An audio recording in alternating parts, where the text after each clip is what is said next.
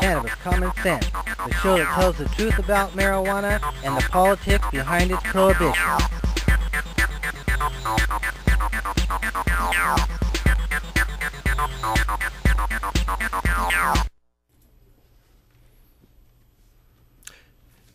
Yeah, Bill, we're going to go to those. I feel the force.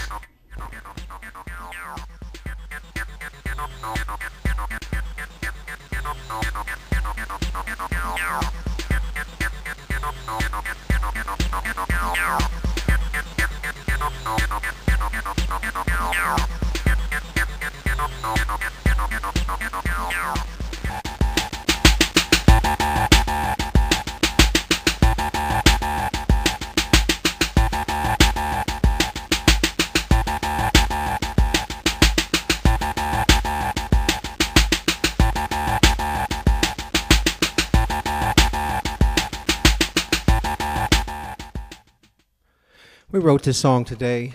It's called Waking Up, and we're going to start off with this song until Paul gets here. 2, 1, 2, 3,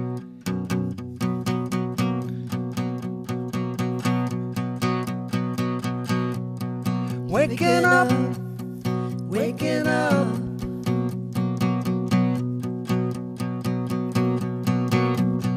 Chemicals billowing high in the skies.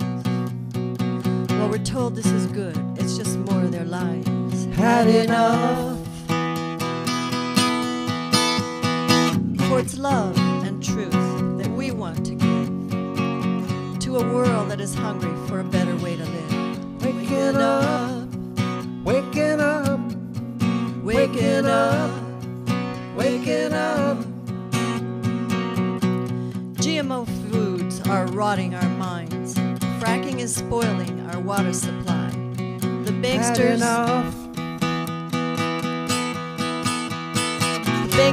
and gangsters have had their day. So let's come together for a better way.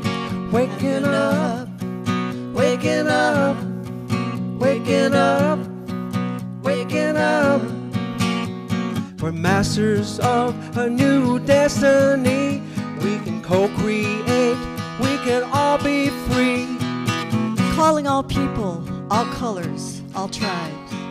It's time to awaken, time to arise. Waking up, waking up, waking up, waking up.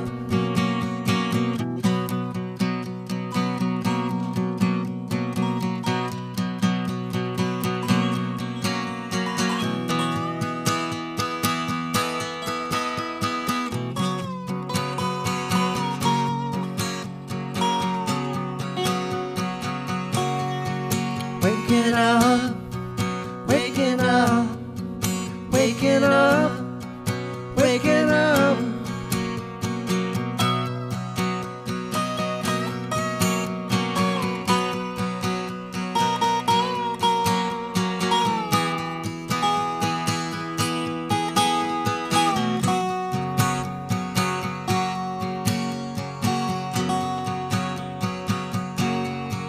Waking up, waking up, waking up, waking up.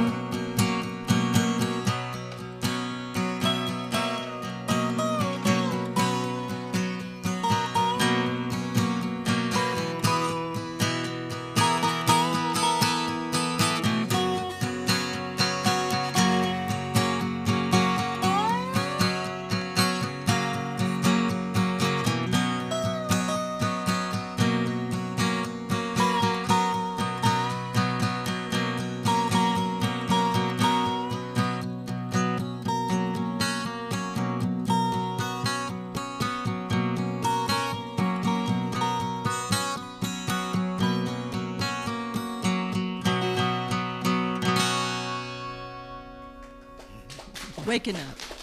Yeah, wake up. Wake up, please. Well, we're waiting for of investigation.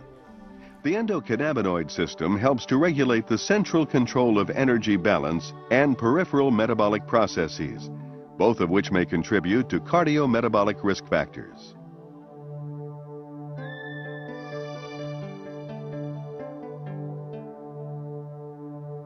The endocannabinoid system, or ECS, influences multiple physiologic processes. This intricate system modulates energy intake, as well as nutrient transport, metabolism, and storage. The ECS regulates these processes through endogenous ligands, such as anandamide and 2-arachidonylglycerol, and the CB1 receptor. CB1 receptors are located in the brain, digestive tract, muscle, and adipose tissue. Integration of these central and peripheral ECS components is achieved through neuronal and hormonal signaling.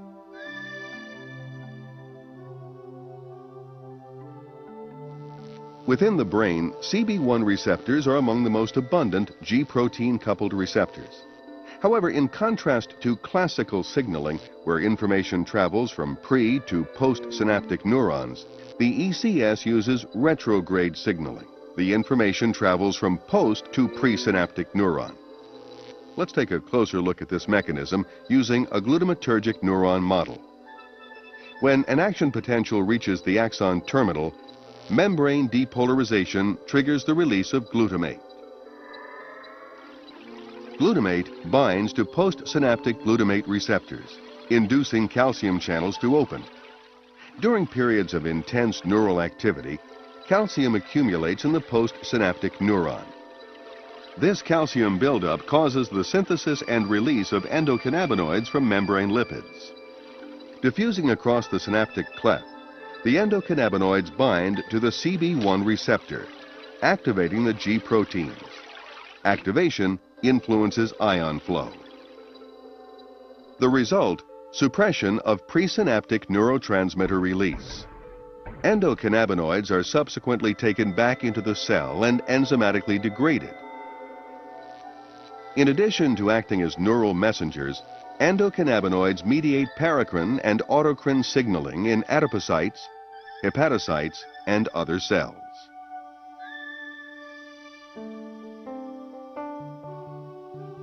Endocannabinoid system activity in the central nervous system regulates food intake. For example, ECS stimulation by hunger and fasting signals stimulates appetite and increases the palatability of food. Endocannabinoids slow gastric emptying and GI transit and appear to stimulate secretion of ghrelin, a neuropeptide that increases appetite and food intake. After eating, cholecystokinin in the duodenum triggers satiety signals. Subsequently, ECS activity is decreased through suppression of CB1 expression. An increase in the adiposity hormone leptin decreases endocannabinoid levels in the hypothalamus and decreases food intake. ECS regulation of peripheral metabolism influences energy balance. Stimulation of the ECS increases food intake and adiposity. Conversely, blocking CB1 receptors reduces food intake and adiposity. In the liver, ECS stimulation can lead to lipogenesis through the activation of hepatic lipogenic enzymes and increased fatty acid synthesis.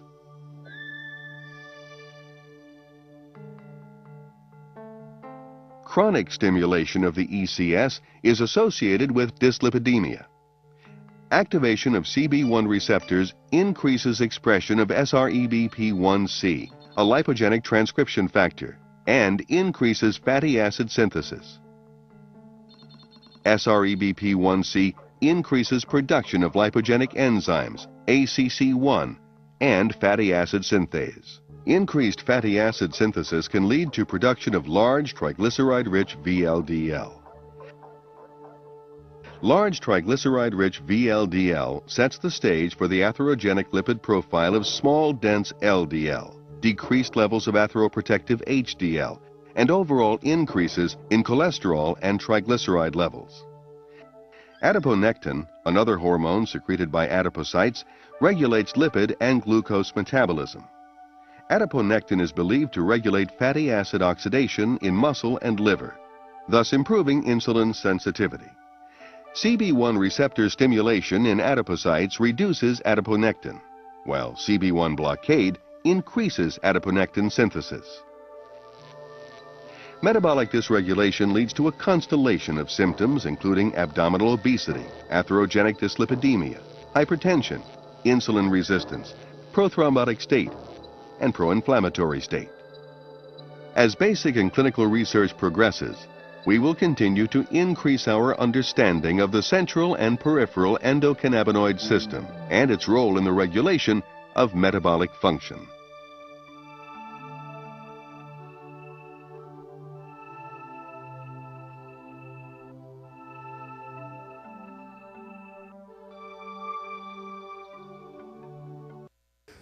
Just put it right here for now. Welcome to Cannabis Common Sense. I think this is the latest I've ever been to the show. Welcome, Ann. This is Ann Whitty, attorney at law and someone who's been a big help to our organizations over the years. And we also have Dennis Brennan. Dennis is from the great state of Wisconsin.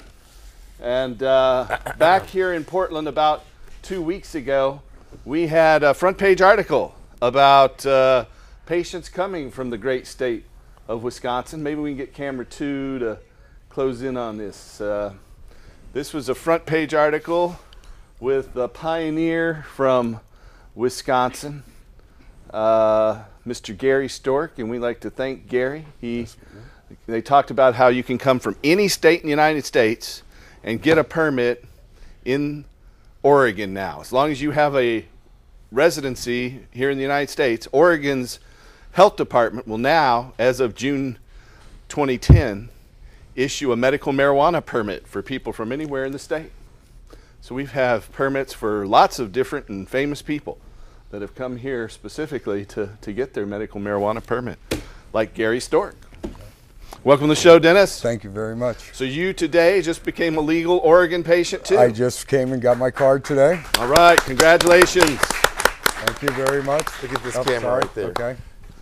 And so you started a project to bring people from your home state of Wisconsin. You're from Madison, Wisconsin, right? Yes, I am. And you're trying to get people to come there to put pressure on your state government to encourage Wisconsin to enact laws to allow medical marijuana.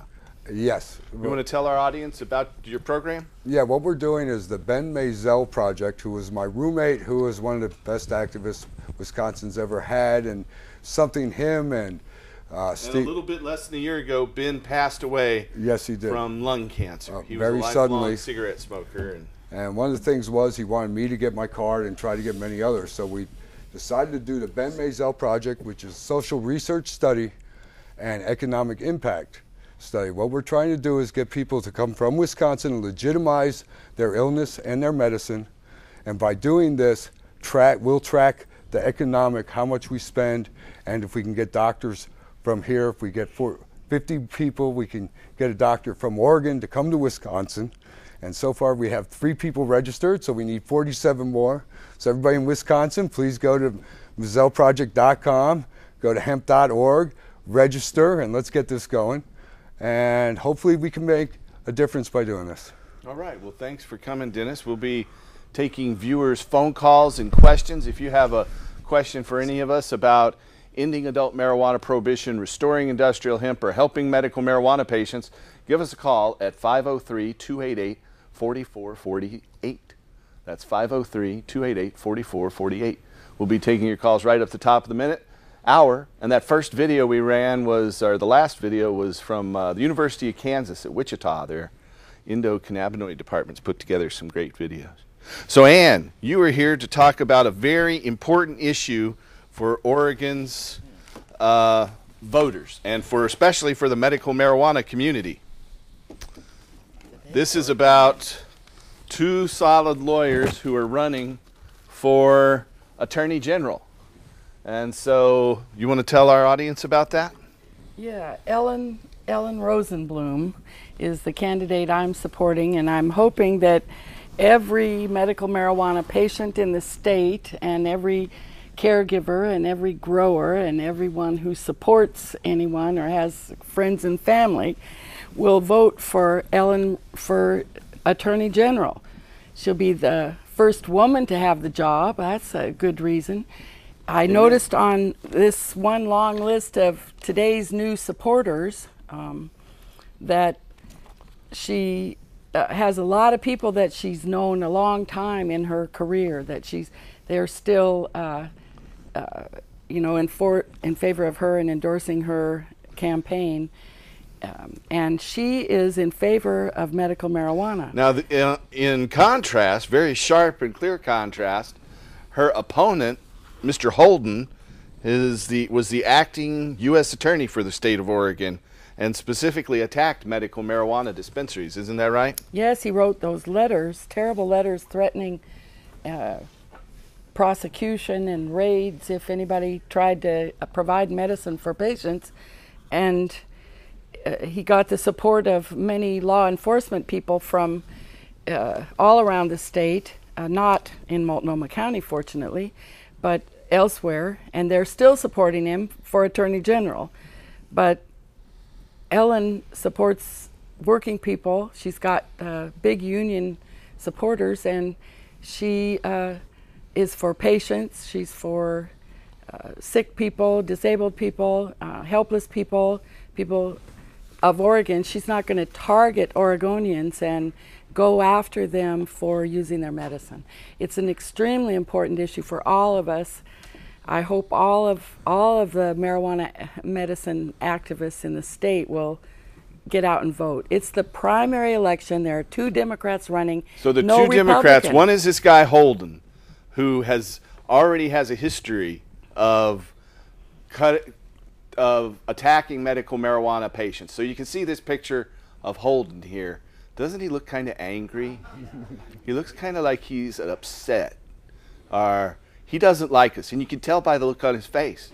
And if you go to Rosenblum, she looks so happy. She's good. We like her. Happy, good Rosenblum. Angry, mean Holden. Vote Rosenblum. Vote Rosenblum. Holden. Does she have a website? She has a website right there, if they've got it. Holden looked constipated, didn't he? He Oh, does. no, He that's looks the like one. he's That's right in the not middle hers. of. Oh, there's her. Was Yeah, there a he website does. there? That's the Cannabis Tax Act. We'll talk about that more in a minute. Which is it right I here? gave it to him. It's It's Ellen Rosenblum. Yeah, it's ELLENROSENBLUM.com. EllenRosenblum.com. There's her name. So And just if you want to donate money, please do. It's hard to run for office. Takes a lot of money. Call 503-481-6078, and let's make certain that she is the new Attorney General when the elections are over here in the state of Oregon. Very good. Thank you all for that support. I love it. We It's certainly great. need to have a good Attorney General here. You know, we've got our Oregon Cannabis Tax Act petition that's going to the ballot. We need an Attorney General that's going to defend our bill and support us in our move to end adult marijuana prohibition and restore industrial hemp. So we are taking phone calls tonight, as you probably remember. Hey, maybe Holden will call in. We got a I lot kind of things doubt to it. talk to- We'll you put don't him on think so? Holden. Huh? But Okay. we have a call, so welcome to the show, caller. Hello, caller. Oh, thank you. I wanted to make a mention about Ben Maisel. He's one of my heroes and mentors. I'm glad you're calling in to talk about Ben was a him. good friend of mine as well. Could we have, could other states do a Ben Maisel project? Oh, and yeah. come to Anybody Oregon? from any state in the United States, or if they just have a work permit, like somebody famous who came from overseas and worked here, or if they weren't famous, just anybody. As long as you have legal residency in the United States, Oregon's health department will issue you a medical marijuana permit. If you Qualify. Yeah, if you have a If you qualifying qualify condition. for a Yeah, medical- you have to have marijuana. one of the qualifying conditions. You have Yeah. to have medical records, and you have to have an Oregon licensed doctor fill out an attending physician statement. Then you have to turn it into the state health department, and then you have to pay them money, and then they'll issue you a permit. Well, I thought we should do that because there's some ditzy people like Lindsay Lohan listening who might just come trotting down here and just find my card. You just What? never I know. got to be sick? Oh, I don't think so. Well, I just think it's wonderful if other states could do a Ben Maisel project and bring their patients out to Oregon. That would be amazing, and Ben would just be jumping up and down in heaven. Yeah, he is, I'm sure. And if you hung out long enough to vote, you know, and that would be great, you could vote for the Oregon Tax Act. So you came in today, Dennis, and saw one of our longest working doctors who helped you get your permit, and then you mailed it into the state today. I sure did. And okay. Everything went smooth, and you know, as long as you qualify for the notice. You have one of those conditions on the screen there. It's chronic pain, nausea, AIDS, glaucoma, gastrointestinal ailments like irritable bowel syndrome or IBS, and GERD, and chronic nausea, seizures and spastic conditions like epilepsy and multiple sclerosis, neurodegenerative diseases, hepatitis C, cancer, anything that causes the inability to eat or chronic pain. If you have any of those conditions, then we have doctors all over the United States who can help you get medical marijuana permits. In fact, our doctors can even help you get permits in multiple states at the same time. You can get it for Oregon, Washington, California, all at once. So give us a call. If you need help finding a doctor, you can call us at 1-800-723-0188. That's 1-800-723-0188. You can call anywhere in the USA. If you're here in the Portland area, it's a local call at 503-235-4606. And we have another caller. Welcome to the show, caller. Hello, caller. Hello, How are gentlemen and Miss Lawyer. Yeah. I would like to ask a question about people being over 62 and being able to have a tax write-off for buying or donating for medications. No, there is no tax write-off. You're an attorney on this. There's no tax write-off on buying.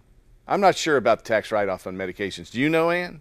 Well, no, I doubt that it's A write-off. I doubt that the federal government is going to allow you to take a write-off for meds. The state might. I don't know. But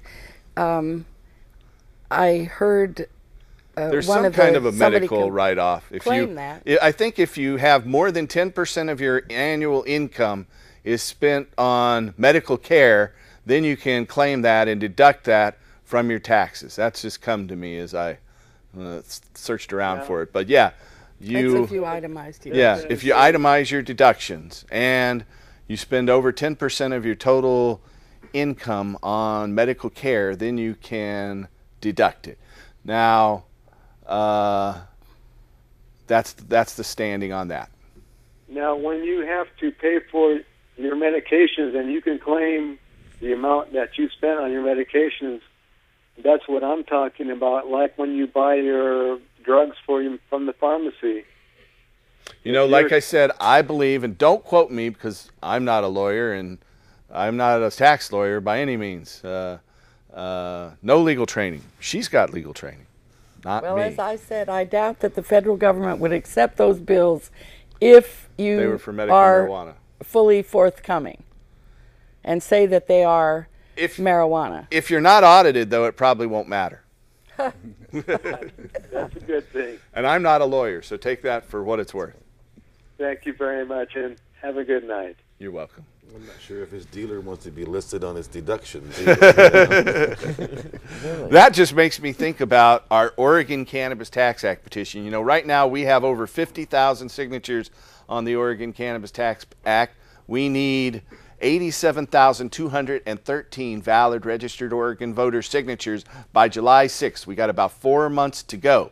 So if you can go to this website right here, cannabistaxact.org, and you can print out a petition and sign it. You can just print it out, sign it, and mail it in to us. You can also click on there and make a donation. And the reason the tax thing came up is because if you're an Oregon state tax filer, you can make a donation and the state of Oregon has a credit. It's not a deduction, it's 100% credit on donations of up to $50 for an individual or $100 for a married couple filing jointly. So think of it this way. You can loan the Oregon Cannabis Tax Act petition, and every dollar you loan us, we'll be able to get an extra signature on our petition. And next year, when you file your Oregon state tax filings, you can just check the box that you made a donation to an Oregon political committee. You don't even have to tell them on your tax form who you gave it to. And then you get that $50 tax credit. The state of Oregon will pay it back to you. So at our website, you can do 2 things. You can print off our petition, 3 things actually, or read a lot more. But you can print off a petition, sign it, and mail it into our office here on Sandy Boulevard. Or you can make a donation and help us change the world and get a tax credit.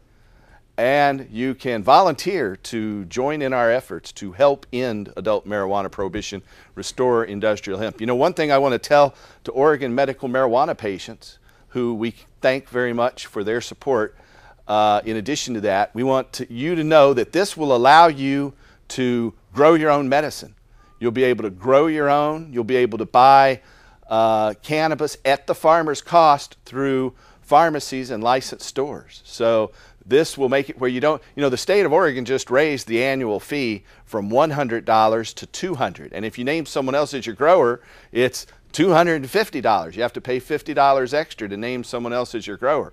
So under the Oregon Cannabis Tax Act, any adult over the age of 21 will be able to grow their own with no permit whatsoever. Additionally, it will free industrial hemp, and even the sales to adults will be taxed. 2% of the profits from those sales to adults will go to support hemp fuel, hemp fiber, and hemp food industries. So we'll ignite an economic boom and create a lot of new sustainable jobs when we legalize hemp, legalize adult cultivation of cannabis, and regulate the sale of marijuana to adults.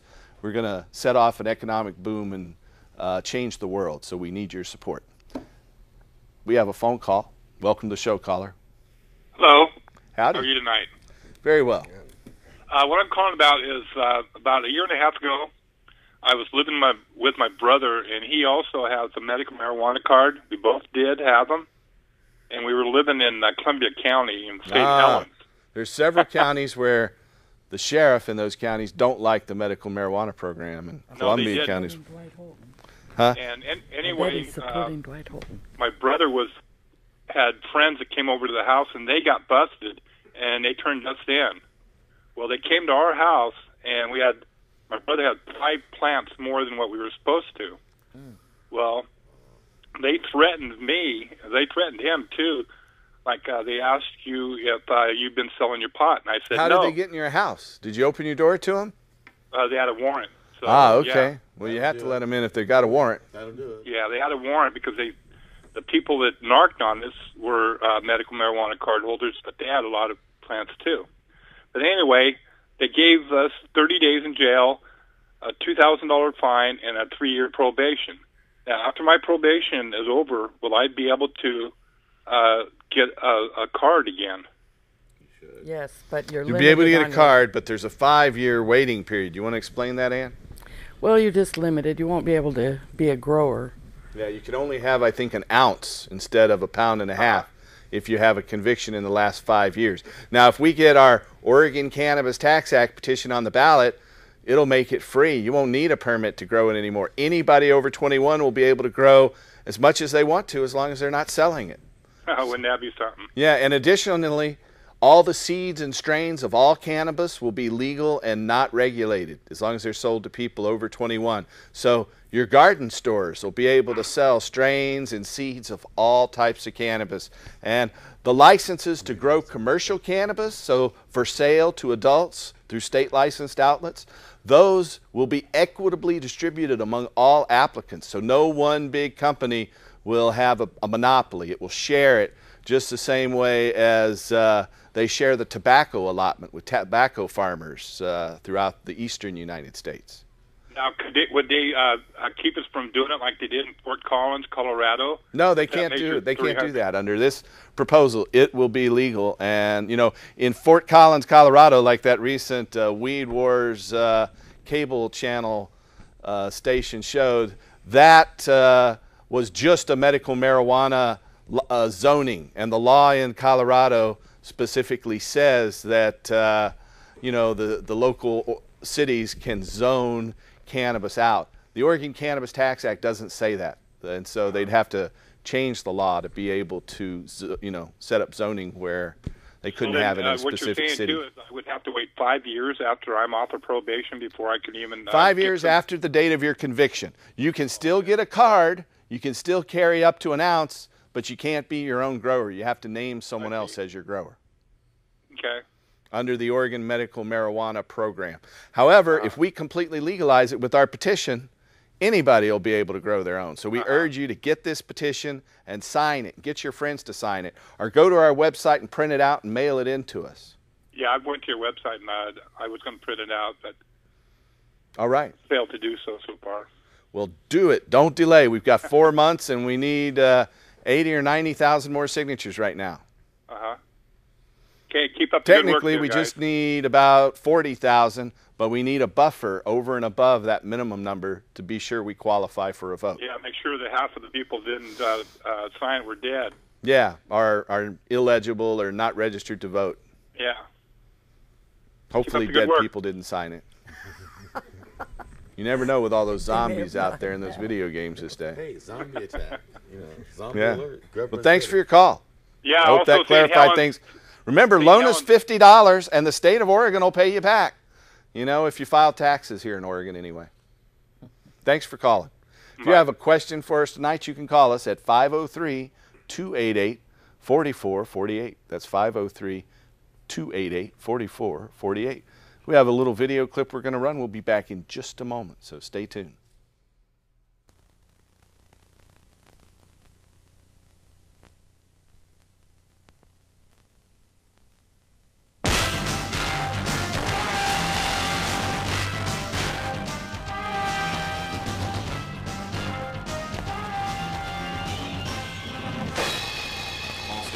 Nice to meet you. You're the person who's developed the VripTech vaporizer. Yeah, actually, we prefer to call it the Vaporization Tools. It's a hot gas extraction aromatherapy system. Our bowls can retrofit existing water pipes, which is kind of nice.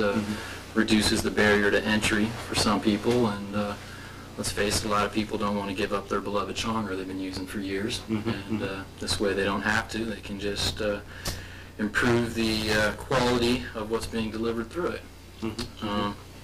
Basically, this is the heart of the system, called a vaporization chamber bowl.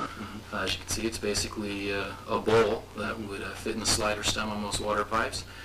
And it has a directed heat intake, or as we call it, upper intake, that accepts the nozzle of the hot air gun. And what's unique about this, as opposed to say the Dutch bowl, such as the famous Eagle Bill bowl that sort of started it all, hot gas extraction, is that you'll notice our bowls are quite a bit smaller, so you use less of a substrate at a time, and our intake tapers from the nozzle of the heat gun down to the bowl. And what that does is it creates a Venturi effect, so you can use a low airflow on the heat gun, which is desirable, at least with cannabis, because you really want to minimize the oxidation factor.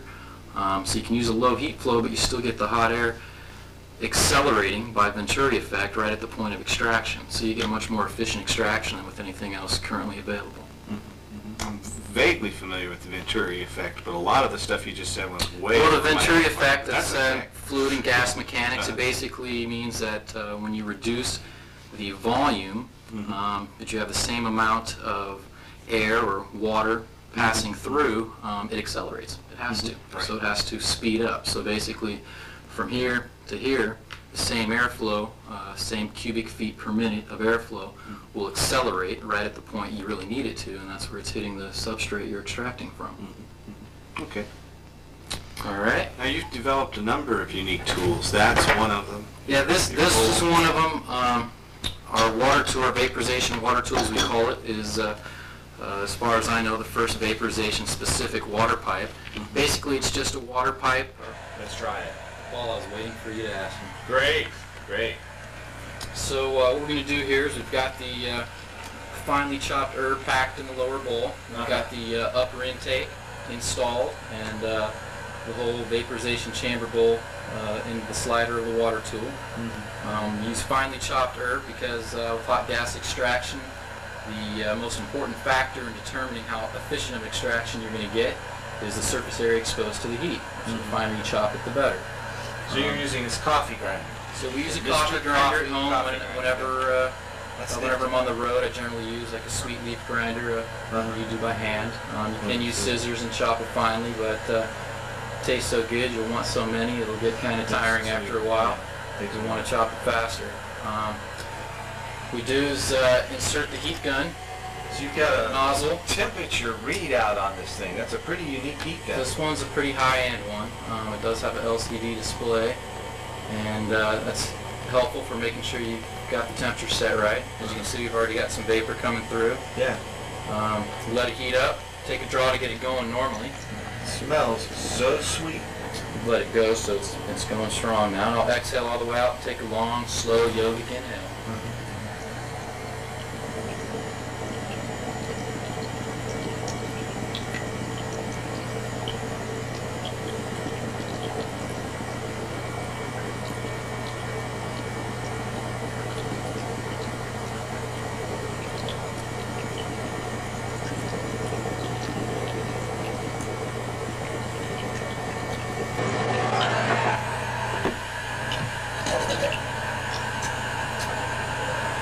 Cold carver just like you would a normal water pipe, but you notice what you take in and what you blow out is considerably thinner than smoke. Right. It really is a less is more concept, which is hard for a lot of people to get used to. But what we found is that as long as you're getting a full spectrum, that is, you're heating it to around 380, 390 degrees Fahrenheit. Can we leave this on? You don't have to.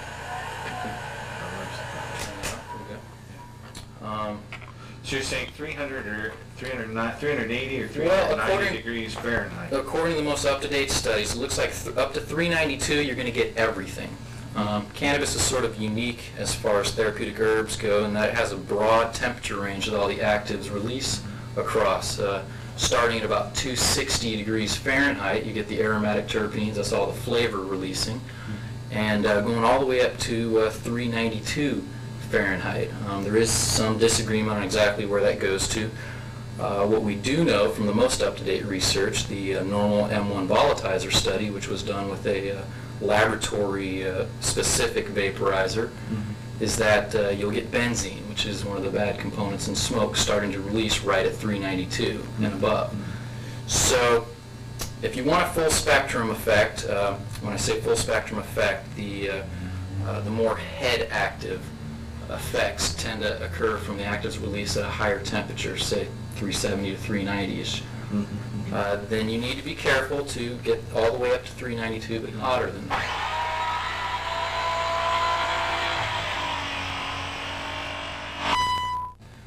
Right now, the heating tools we're using, the hot air guns, are the best commercially available, but they could definitely be better, and we're working towards more temperature-specific, use-specific.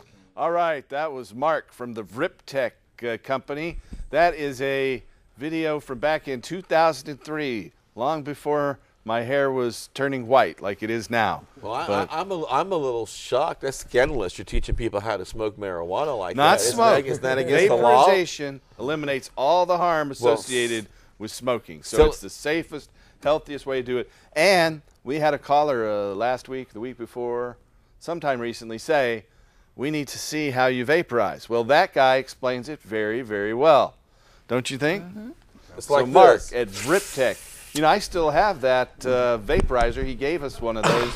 So, call our office and maybe we can schedule a demonstration with you. If you're a medical patient, mind you. Used for what else? Heat guns are used for peeling paint, and you can get them at hardware stores. There you go. So the first vaporization in modern times with cannabis has been using heat guns. This guy in British Columbia who's passed away, he was called Eagle Bill, and he started popularizing the use of heat guns for vaporization.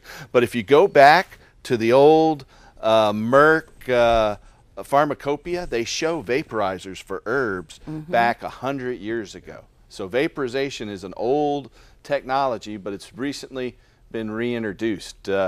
Vivian McPeak of the Seattle Hemp Fest and his partner Canty showed me and I've got photos of the old medical text talking about vaporization. Why would you name your kid Eagle? That's kind of weird. We have a caller. Welcome to the show, caller. Hello. Howdy. Hi, I have a comment regarding a previous caller's tax question. Oh, great. According to the state of Oregon, cannabis medicine cannot have any cash or actual value. It can only have insured value. Very so you would not be able to write it off on your taxes because it cannot legally have a dollar value. Right.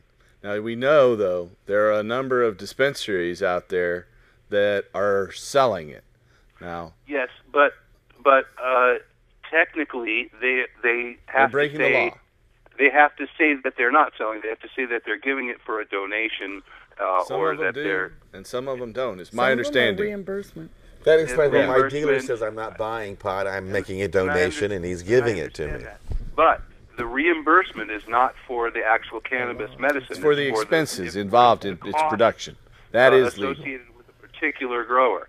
So the cannabis itself has no cash value, no intrinsic value that can be translated to. It's kind of a tricky kind of legalistic game that we unfortunately are forced to pay. And you know, our Oregon Cannabis Tax Act will change that. It'll just be free for anyone to grow their own, and the adults will be able to buy it legally, and it'll just take away the stigma, and it will, most importantly perhaps, restore industrial hemp. I really believe hemp, fuel, fiber, and food will dwarf the marijuana industry, but the marijuana industry is going to dwarf the wine industry as soon as we legalize it and regulate it. I think it's going to improve not only it's going to improve our travel industry because people are already coming from all over the world. We'll have a tourism to get the medical boom. marijuana card here. So if they can come and get it without having to pay the $250 or see a doctor or wait for their card, they can just come here and have it for free, and I think that'll be great. Yeah, that's true. Well, thanks for bringing that up. That's a good point. Thank you. Have a good night. Thanks for calling. If you have a question or comment for us, we got about 10 or 15 minutes left. You can call us at 503-288-4448. That's 503-288-4448. So that's kind of what you're doing, though, Dennis, right? You're bringing people in from Wisconsin, and what you want to do is go back to your Wisconsin legislators there in Madison and say, look, why are we sending this money to the Oregon Health Department? That's exactly what we want to do. We want to get enough people to represent their illness and to either come here, or if we can work out arrangements, which we're hoping to do, to get doctors there, to get doctors to Wisconsin, then we can get more people. And we hope at Harvest Fest this year, Paul's going to come out, and we hope to have the Great Midwest Marijuana Harvest Fest. I last spoke there in 1990. So I went there and spoke in 1988 and 89 and 90, but I haven't been back since then. So Paul's going to come this year for us, and we hope to have enough people registered to be able to do cards that day. And hopefully we can do a couple of runs before that with doctors coming here if we can get enough people to register and get the paperwork together, and let's legitimize ourselves in Wisconsin so we can actually say something to the powers that be there. So I am going to be in Denver, Colorado at the Americans for Safe Access meeting on this Wednesday night. So I'll be speaking there this Wednesday night, and if you're down in the San Francisco Bay Area, I'll be down there at the Deep Green Festival on Saturday, April 21st in Richmond, actually. The Richmond Convention Center, I believe it is. You can find out more at deepgreenfestival.com. So that shirt you're wearing, Dennis, you want to tell us about that shirt? Well, this was Ben's shirt. Is that 100% hemp? Or 100% hemp, and it was Ben's shirt. It's got pot leaves on it. Yes, it does. And it was Ben's shirt, and he had it for years. And I decided I remember seeing a minute now that you brought it up. Yep, to introduce the project, I felt it was appropriate to wear his shirt. Also have his Fourth Amendment shirt, which was something Ben was very proud of. And he wore the Fourth Amendment when people were raiding, when the cops were coming all over New Mexico on the trains and just pulling people off and sniffing their bags. He decided to go to New Mexico with the Fourth Amendment to teach people that they don't have to allow that. So that's a shirt. I first met Ben when I was 21 in Chicago at Lincoln Park, where they were doing a remembrance of the Chicago Democratic National Convention. It was put on by the Yippies. What does that say? Notice to law enforcement. I do not consent to a search of my person, house, papers, effects, or motor vehicle. I retain my Fourth Amendment rights and all other rights under the United States and state constitutions. Very good point. You ought to have that tattooed on your butt. I don't want to be showing that off. That scares people. But everybody should have that. You know, that's a good thing. I like that. We have another caller who's patiently standing by. Let the officer read it. Welcome to our show, caller. Aloha, caller. I don't know if you're in hit the mute button. Can you hear me now? We can hear you now. Okay, great. Had a follow-up question and then also some information to give you. The follow-up question, earlier that fellow that called in that got narked on by some fellow, did I hear right? He got narked on? By another patient somehow. I don't know the details, and frankly, we don't want to discuss too much of them here on the air. No, I won't discuss the details, but whoever those people are that narked on him, I can't see any good reason for them narking on him. And if they did, they ought to basically give back their human race card. I mean, those people are inhuman to do something like that. That's just totally treacherous, backstabbing individuals. And if they're listening out there right now, there'll probably be a special place in hell for you, whoever narked on these people. You know who you are. Yeah. Anyway, last week on the I was going to say the one guy that got messed over by those people. He said he was going to have to be on probation and all this crap. And I got to thinking about it after he hung up, is he should have asked a follow-up question is, if and when, and hopefully it will be when, the Cannabis Tax Act passes, since it was a victimless crime, will he still have to report to his probation officer and all that other horse crap? This will overturn all the current laws on marijuana and legalize it, effective January 1st, 2013, just less than 9 months away. Right. So in terms of the retroactive enactment and people who are currently on probation, we didn't address that issue. You know, our polling looked at whether to pardon all the people who had previously been convicted of cannabis crimes, like me, but the polls showed that it wasn't good for us to put that in there and could be used against us and make us lose some of the votes. So we decided not to put in a pardon for felons like myself who had previously grown cannabis. So pardon us for that. Yeah. You know, if the state wanted to save some money, they should basically release all the nonviolent cannabis so-called offenders out of And I'll tell you, as soon as we pass our Oregon Cannabis Tax Act, that's going to be one of the first things I'm going to go for is a full pardon. Believe me. Hey, and then the good news is last Saturday on KPOJ 620 on the AM dial, there's a show that's on from 3 till 5 p.m. every Saturday called Mad as Hell in America with Adam Klugman, who's the son of the famous actor Jack Klugman. Oh. And Adam was on vacation last week, and he's also off this week, but he had another guy filling in for him, and I can't recall the guy's name right at the moment. But last week they spent most of the 2 hours, and he had a guest that he had on the phone there, and they were talking about how to make cancer-curing Rick Simpson oil. Cannabis oil. Yeah, cannabis oil. And they were talking about some guy who came up with this formula, who's up in Canada, who's still on the run from the law. Maybe you know who the guy is. But anyway, they were kind of worried about, well, could somebody come down on us for, giving out this information and stuff, But anyway, I called in and told them to make sure they watch Cannabis Common Sense every Friday night. And if they can't watch it on TV, on cable, they can watch it on Ustream. Yeah. The way, when is the actual URL, since I don't own a computer and don't plan on getting one in the near future? Ustream.tv. And then it's cannabis-common-sense. So can't Ustream, like it says there on our screen there, down below, ustream.tv/cannabis-common.sense. Or if you just enter ustream.tv and search for Cannabis Common Sense, you can watch it live on the internet, and you can watch it for the whole week. That'll be on there. You can also see the show's on Ustream, so we have them on Ustream. Okay. We have a huge archive going back a long ways. Past episodes still on YouTube? Yeah, on YouTube. That's right. Okay, so the past episodes are on YouTube, and the current episode is on Ustream then? That's right. And then Ustream also has an archive about a year old, but YouTube's archive is about 5 years. Okay, great. And so I don't know what they're going to talk about tomorrow, but hopefully maybe it'll be some more of the same.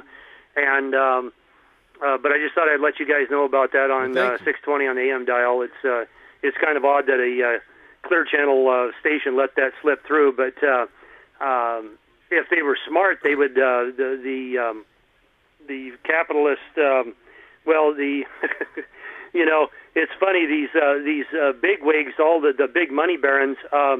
They say they're capitalists, but they're not really capitalists, because what they do is they capitalize their profits and then they socialize their losses. And so to call them capitalists is basically inaccurate. You know, we just bailed them all out, according to the latest study I know, $50 trillion.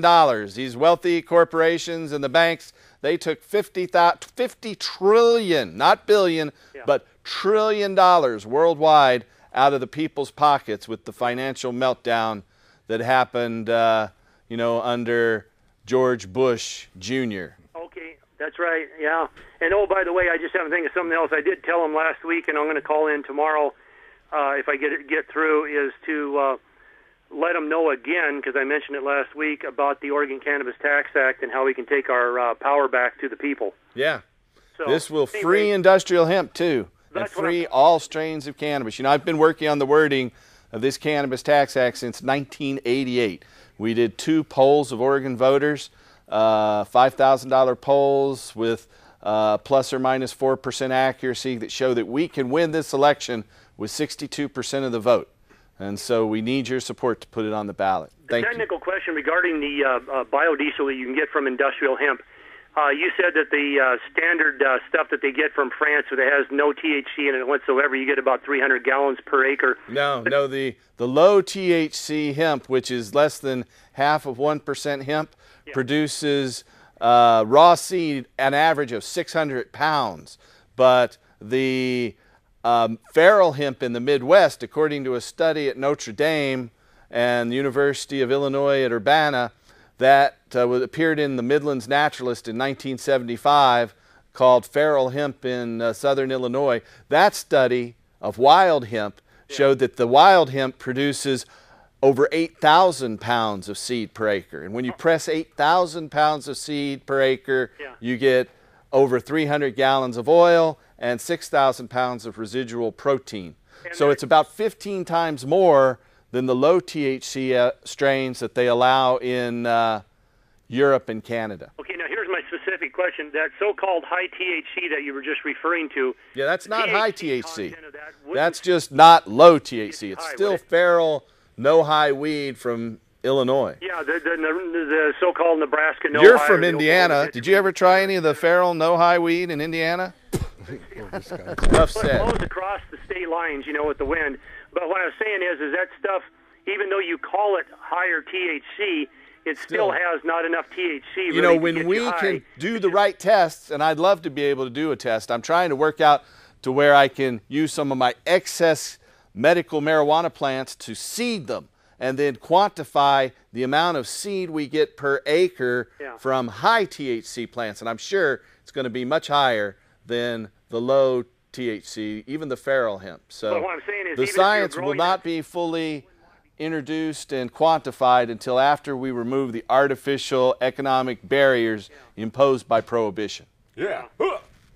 Okay. Well, hey, thanks for all the good work, all you people on the panel there do, and I'll let you take the next caller. Thanks very much. All right, thank you. You know, you're the last caller. We're down to just 3 minutes or so left to go here. Dennis, let's do one more plug for the Moselle Project, which is to bring Wisconsin patients from your home and have them come here to Oregon and get a medical permit to put pressure on the state government in Wisconsin. Exactly. It doesn't guarantee you to get out of jail card. It just lets you legitimize yourself and your illness, and maybe it might help. I doubt it. It's but up you to never the know. Police officer. That's You know, right. most police officers don't want to mess with it. That's right. And thank Yes. you for helping us for all these years, and you're helping us again by supporting Ellen Rosenblum for Oregon's Attorney General. Do you want to put in a plug for Ellen? Yes, I think it's very important for all Oregonians to vote for Ellen for Attorney General, but especially important for medical marijuana patients, because Ellen supports medical marijuana program, and she would be advising the Oregon medical marijuana program about, And if we pass ACTA to legalize hemp, she'll be the one defending us. yes, We she don't want will this defend U.S. us, not attorney attack drug us. warrior. Thank you. We want Rosenblum. And you got to vote. You're going to get a ballot if you're a registered Democrat. It's in the primary. That's going to decide it. We need to act. It's going to be May 15th. Vote Rosenblum for Oregon's Attorney General. Let's give a plug for your long-running international radio show. You don't need to listen to Clear Channel. You got an alternative choice at AmericanFreedomRadio.com. Every Monday through Friday, you can tune in and listen to Time for Hemp. That is 10 to 11 a.m. Pacific Standard, 1 to 2 p.m. Eastern Standard. And I have a personal message to the DEA and to Holden. I hope your bowels back up. So that's AmericanFreedomRadio.com and Time for Hemp. Thank you. TimeForHemp.com. A lot of free downloads. Hemp.com. I want to urge you to support the Cannabis Tax Act and help us put this important legislation on the ballot. Go to that website next week. Tune in, because we have a incredible endorsement coming up. Yep. The most famous marijuana smoker in the world will be here on Cannabis Common Sense next week to endorse our Oregon Cannabis Tax Act. So stay tuned for that. Tune in next week and help us restore hemp. We're going to go out with John Cornett and Jan Sue. Thank you for playing. You guys are great.